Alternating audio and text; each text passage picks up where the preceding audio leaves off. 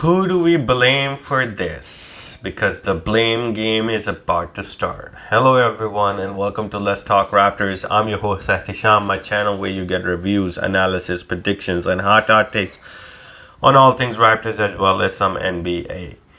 So it's been a very shitty winter for me and my family. We've been sick constantly with these viral infections. I haven't been able to make much videos, and it's been a pretty shitty season for the Raptors.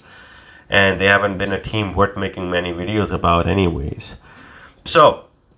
Yesterday our season ended, and I think now is the time to make a video that identifies what the hell went wrong, why were we so crap, and where we need to go from here. So without a further ado, let's talk Raptors shitty season.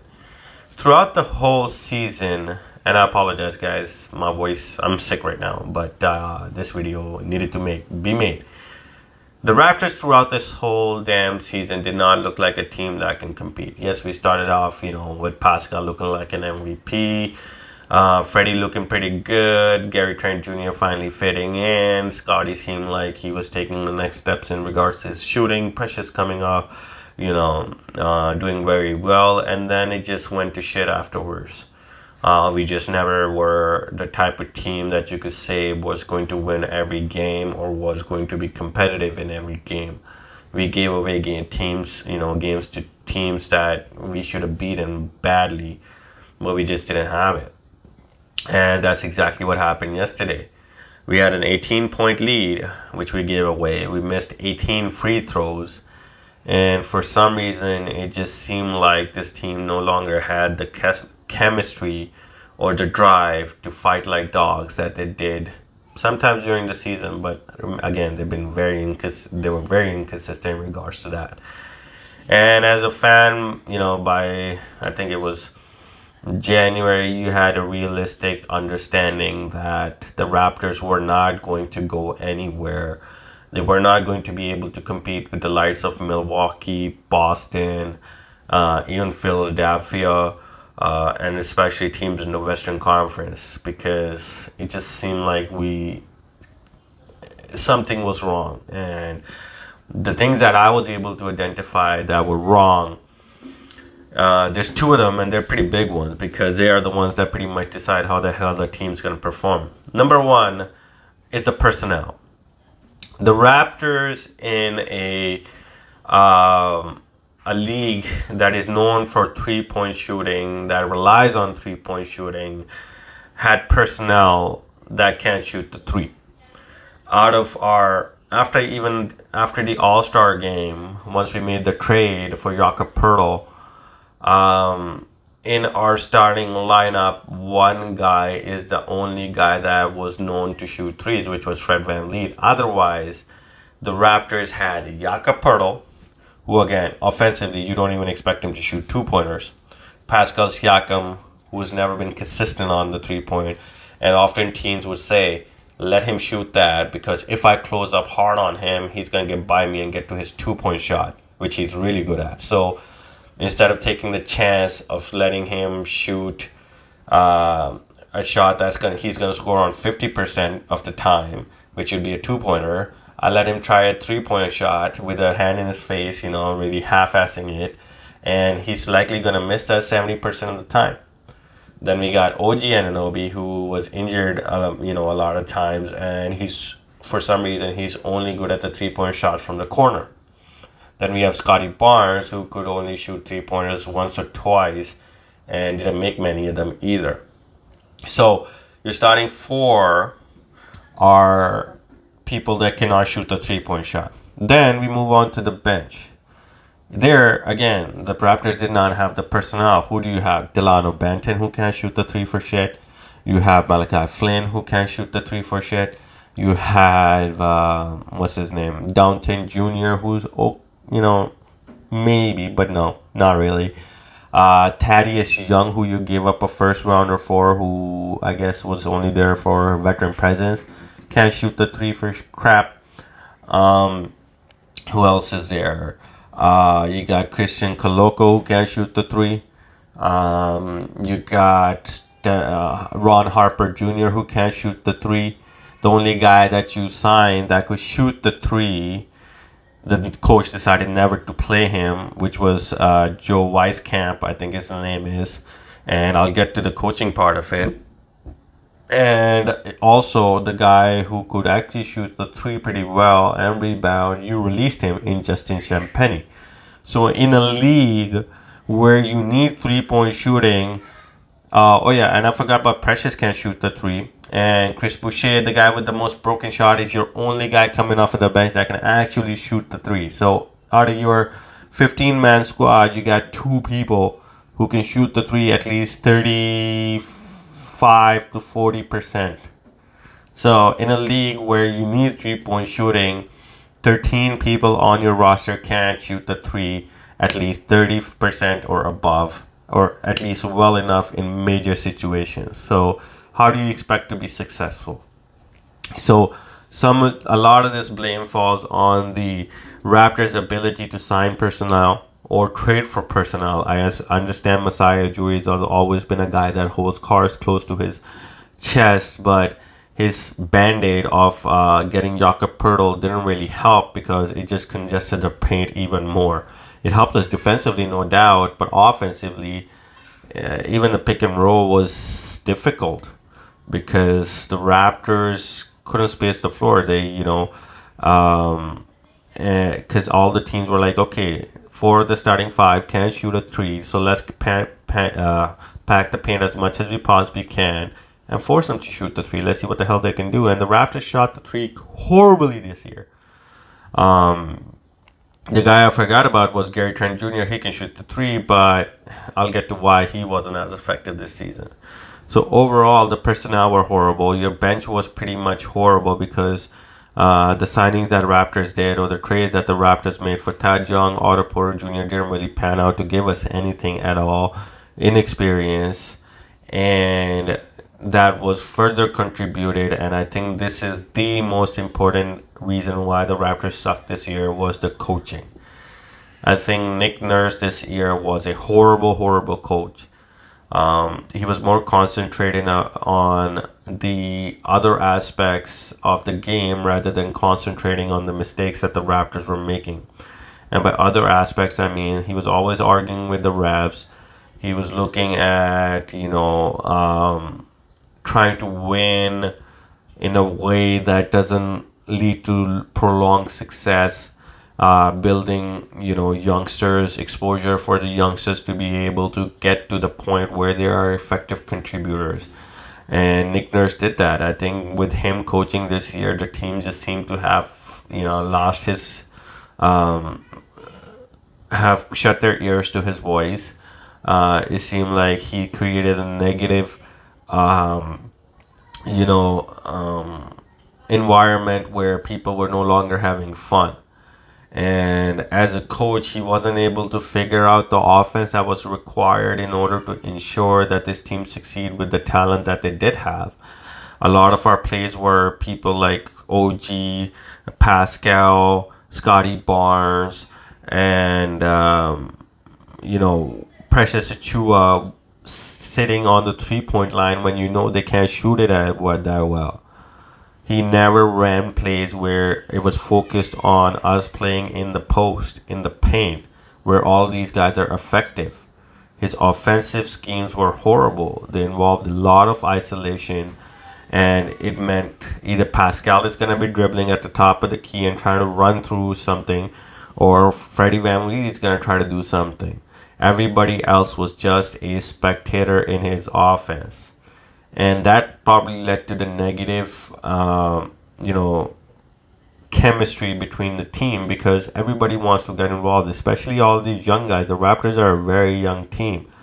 So having two veterans be the main focus throughout, you could say 70% of the offense, doesn't give these guys the ability to grow, display their, skills and feel involved. And you're putting them in situations where they haven't developed the skills yet or aren't as effective at it. Like Scotty Barnes should have always been posting under the basket. He would have been 60 to 70% from the field if you just would have told him, hey, get your big butt under the basket, post play, shoot 2 pointers. Just play around the basket as much as you can. Don't stand at the 3 point line. Or same thing with OG Anunoby. You got two big ass beasts that can get to the bucket, that can play under the basket, yet they can't. Because why? Because the offense was never designed to do that. It was more about Pascal scoring, Freddie scoring, rather than the team scoring. And the way, if he wanted the team to score, the way he went about it, they didn't have the skills to be able to do that, which was 3 point shooting. And the major thing is Gary Trent Jr. showed a decline, in my opinion, in this season. Precious was doing amazing, yet for some reason he went into the doghouse. Bench never really got the minutes that it deserved to be able to display something. It was always, plug and play type of situation with Nick Nurse and running the starters into the ground. And I guess he was desperate to prove that, that we can do well. And he used the limited exposure he gave to the bench as an excuse for not saying that, hey, they don't perform when I put them in. How do you expect youngsters to come in for 5 minutes at a time after 5 games and give you something that will give them extra minutes? You gotta take the bad with the good. The bad might be you run them for 5 games, 10 minutes each, 15 minutes each. They don't perform. That tells you something. But if you give them 6 minutes here and there, 10 minutes here and there, as soon as they make a mistake, you pull them out, you put your starters back in. You're not putting your trust in the young guys. You're not letting them feel free. The only guy I think he gave that benefit of that was to Malachi Flynn, and Malachi didn't do shit. I think it's time to get rid of him. But how do you do that to Precious? How do you do that to Gary Trent Jr., who is an amazing scorer? You don't. And that's something that even Masai Ujiri identifies, that we have youngsters, but they're not getting the run that they need in order to develop the skills, or at least implement the skills in the game. They might get 1 or 2 games and then they're pulled out. How do you do that?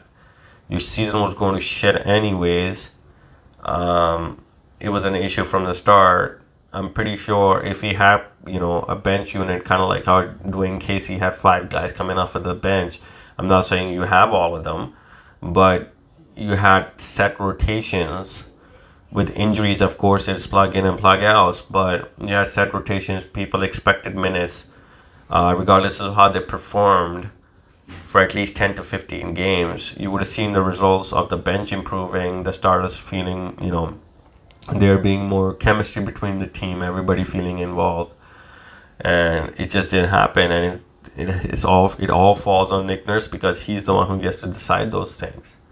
So where do the Raptors go from here? So there's, first of all, would be Nick Nurse needs to go. He had a pretty good run when we had Kawhi. The team was already established. He came in there, gave us good offensive, good defensive schemes. But he has lost his touch. He has lost these young guys. He might be a coach that's not tailor-made to deal with young guns, their egos, or running an offense that might require an old school approach. So Nick Nurse needs to go. There needs to be a new voice coming in. Now, in regards to the personnel, there is changes that need to come in. Now, people might be saying blow it up. I don't think so. I think the problem with the Raptors is right now is there's 4 options that can actually score. But 3 of those options have the same skill set. And 1 option is damn good, but his physical attributes don't allow him to be even better. So, like Pascal, OG Anunoby, and Scotty Barnes are the same type of player, right? 2-point shooters, getting to the bucket, good defense. Having 3 guys of the similar skill sets in the same starting 5 is never going to help you. If you look at Milwaukee, there's 1 guy who's 2-point shooter, gets to the buckets in Giannis, and everybody else around him are pretty good 3-point shooters and pretty good 2-point shooters, right? even their center is that good. So where I see the Raptors having to make changes, either Freddie VanVleet has to go. That's not somebody I would want to get rid of, or Pascal has to go, and I'm not in favor of that either.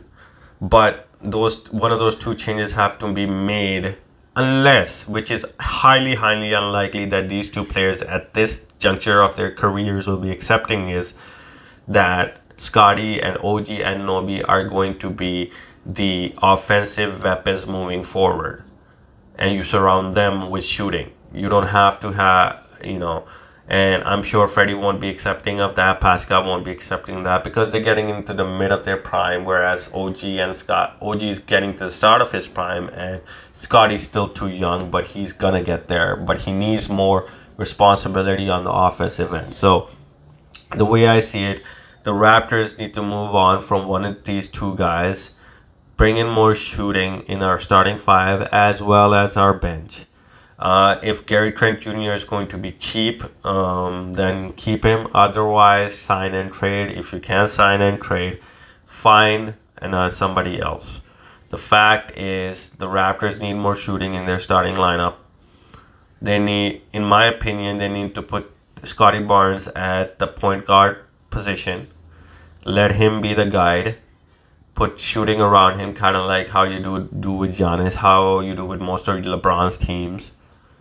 And bring in guys that are willing to accept the role of, that have already accepted that they're not going to be stars in this league and they're not playing to prove something. Fred VanVleet has always been a guy that has been underestimated, so it's not easy for him to take a step back, let somebody else run it, unless he has a guaranteed money for 5 years, which is a shitload. He's always said it. He's going to play for that money, and that's exactly what he did this year. There was a lot of dribble, and a bad shot. Same thing with Pascal. Even though Pascal did really well. The issue with Pascal is you don't want to have three players at the same, with the same skill set. It just blocks the paint up, right? So who do you get rid of? Do you get rid of Scotty? Hell no. Do you get rid of OG Anunoby? His defense is too good to give up. So who do you give up? Who you given enough chances to be able to be the next superstar, which he's done well in? It has to be Pascal. That is what the Raptors need to do moving forward, and you use those assets, with whether it's Freddie or whether it's Pascal, to strengthen your bench. You bring some shooting onto your bench and guys that are consistent. You give Precious Achiuwa more time. You give Chris Boucher more time. And if you sign Gary Trent Jr., use him in the starting lineup. You need to have two big shooters. Freddie's too short to create everything himself. Put the ball in Scotty's hand. Let him be the point guard, and everybody else becomes shooters. And same thing with OG Anunoby. You tell them, hey, you get that ball. If you want to shoot a three, get to the bucket. You're two big bodies, man. Scotty and OG Anunoby can get to the bucket whenever they want and get fouled for it. If you can't, then I think you move on from them too. But overall, that's where I see the Raptors need to go. And I think it's a blessing that we lost. We weren't going to beat Milwaukee. No matter how big of a Raptor fan I am, I'm realistic in this approach. We wouldn't have beaten Milwaukee at all, maybe one game. So now we're in the lottery. Might get a good pick out of it, but the Raptors need to make some changes. This is not working. And it's not going to work because today's NBA is not that way. So that's what I have for you guys for this video. I will continue to make them when some major news does come up. And I'm hoping my next winter and the Raptors next season go better than they have this year. And the Raptors do make some moves, because we are in a stalemate and it is not good. It is horrible. And the next thing that the Raptors need to do is sign Jeff Donta Jr. because he is a damn good backup point guard. Anyways, that's what I have for you guys for this video. Please hit the like and subscribe button if you enjoyed the content, and stay tuned for future videos on this channel. See ya.